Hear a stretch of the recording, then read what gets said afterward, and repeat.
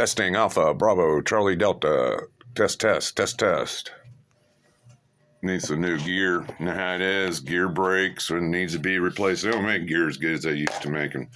I was in the Army back in the 1980s, and we had a bunch of hand-me-downs from the guys before, so I know all about shitty fucking gear. So, horn salute. I've been doing some Army stories, and I got a base and platform for different things. And, ooh, I got you guys cannot hardly wait for my latest one on the homemade cleaning kit budget thing and cleaning out a little baby revolver. What a bullshit video. So anyway, Halloween's tonight, and we got away with shit back in the early 80s. Kids today could not fucking do. Could you imagine walking down the street with an SKS rifle? Oh yeah, on Halloween night, an SKS rifle complete with the bayonet. But don't worry, there's no bullets for it, and the firing pin had been removed back in Vietnam.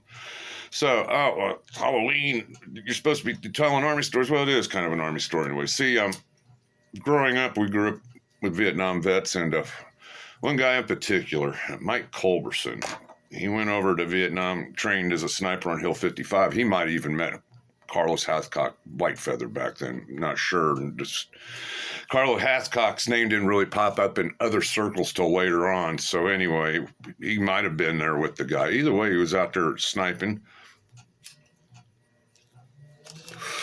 Night story, he told he was up in a tree, fell asleep, and when he woke up, they had a couple bad guys on the ground, and he had to take care of business.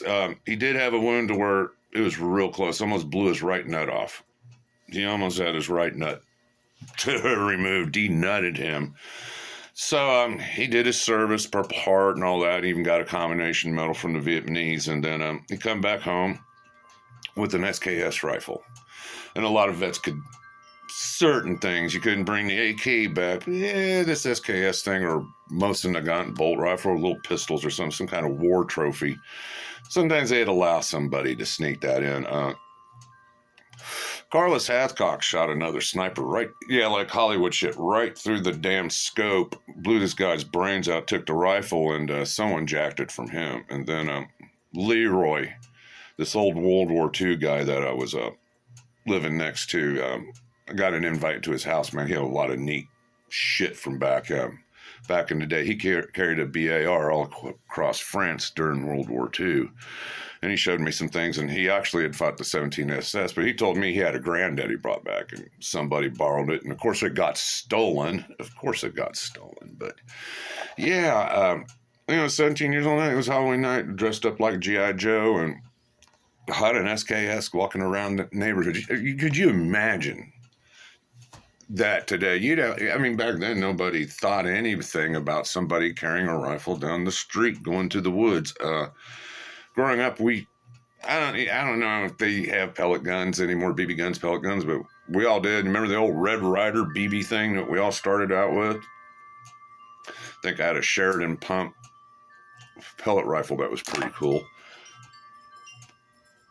So yeah, it was nothing to be seen as a young guy going out to the woods with, an air rifle or something, or walking around going trick-or-treat to people's doors with a fucking SKS. Yeah, I could imagine that today. It'd make headline news. You'd have the SWAT team on you. You'd be in jail. They're going to have to check the gun and all this other shit and do DNA background on the bloodstains there to find out if the thing was really taken or stolen or what. You get what I'm trying to say. So, no, I thought how times have changed. One thing we used to do is go for miles. Go for miles, not just 2 blocks. We go for miles, and now these new kids today, they go 2 blocks, they're done, they get half a bag, and it's like, guys, there's nothing there. So, one last thing. The animal shelter wants you to bring in your pets.